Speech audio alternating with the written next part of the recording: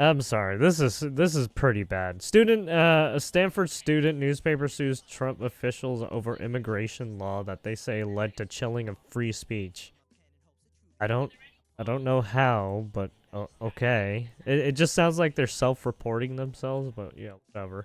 Stanford University student newspaper sued the Trump admin Wednesday over two provisions in Fed immigration law that it says the officials have wielded against those with pro-Palestinian views. No, he basically told you guys to stop trying to attack the Jewish people, literally. Other than that, you're fine.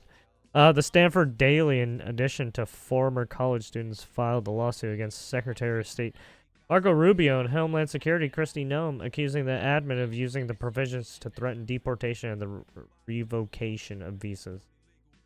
Oh, is it because he's been already trying to revoke some people who are, that tried to do it. They say the city... Oh, wait, is it that one student that got it, and they couldn't deport her? They say the situation has led to censorship and violation of free speech right. What do you mean? You weren't detained, you weren't deported. You're fine. You have there was no violation. I don't know if it's the same lady or the same fucking student or not. The paper staff members who are on visas have self-censored and declined assignments related to the war in Gaza, fearful that their report could jeopardize their lawful immigration status. Why so? What? I made one. Like what? For one of my theses, I had to do that. Like, what the fuck are you talking about? In the United States of America, no one should fear a midnight knock on the door for voicing the wrong opinion. The Connor Fitzpatrick, an attorney in the Foundation of Individual Rights and I think we understand the whole. It's a fucking activist group, which is helping represent the plaintiffs, said in a statement, free speech isn't a privilege the government hands out. Under our Constitution, it is the inalienable right of every man, woman, and child. State Department officials also declined to comment. The directed NBC News to comments. Rubio has about visa holders and complying with U.S. law. In April, Rubio wrote an opinion piece published on Fox News that he would be taking a zero-tolerance approach to foreign nationals who abet terrorist organizations. Basically, you advocate for pro-Hamas, you're getting your fucking ass ejected, right? You're getting tossed. So you. The Supreme Court has made clear for decades, or any terrorist organizations for that matter, the visa holders on other aliens cannot use the First Amendment. So that means Mr. Hassan Diddy Piker, right? To shield otherwise well, I mean, he's a citizen, so I guess it's different for him. Well, I mean, I say we send him anyways.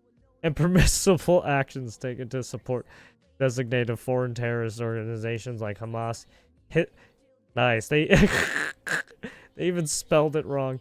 Hey Hassan, they can't even get your fanfic fucking terrorist organization right.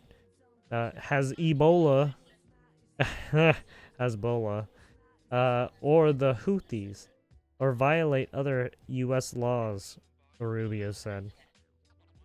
Tricia McLaughlin, spokesperson for the Department of Homeland Security, described the lawsuit as baseless, because it is. There's no room in the United States for the rest of the world's terrorist sympathizers. We are under no obligation to admit them or to let them stay here, she said in this. In the lawsuit, the plaintiffs take aim at the deportation provisions and revocation provisions in the Immigration and Nationality. The first provision allows the Secretary of State to deport non-citizens of the Secretary personally determines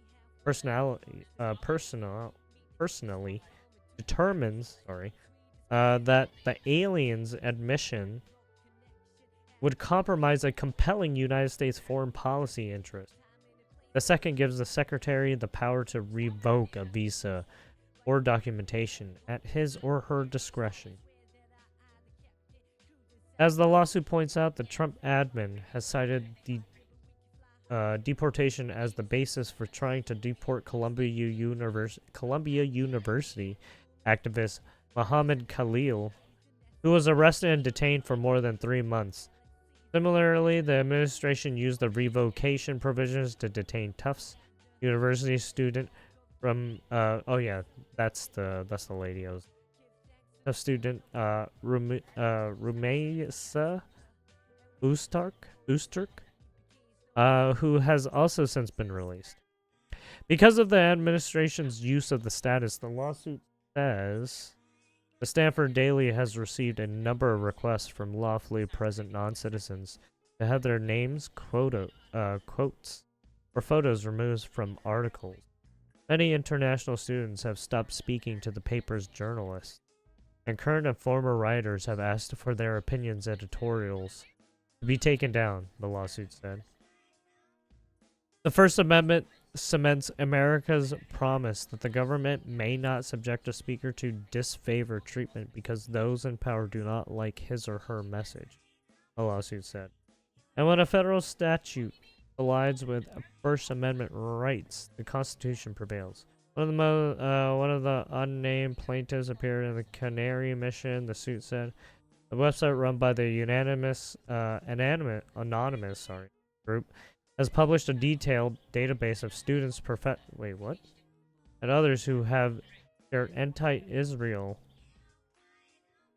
and anti-Semitic viewpoint. It has been accused of doxing and harassment in addition to launching personal attacks that depict pro-Palestinian activists as being in support of terrorism. The Middle East Studies Associate of North America said, plaintiff has stopped publishing and voicing her true opinions on the Palestinian territories and Israel, the suit said. Canary Mission has told NBC News that it documents people and groups who promote hatred of the USA, Israel, and Jews. Across the political spectrum, it did not respond to criticism of its work.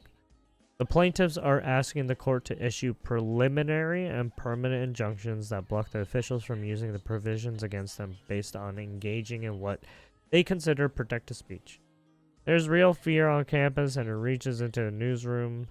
Greta Reich, the Stanford Daily's editor-in-chief, said in the statement, the Daily is losing the voices of a significant portion of our student population.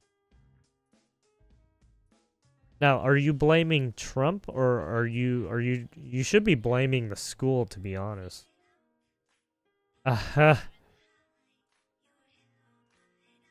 Because aren't you using the school's facilities to then voice your opinion? So why are you trying to sue the Trump administration? Yes. But that's just me. Anyways, there you have it.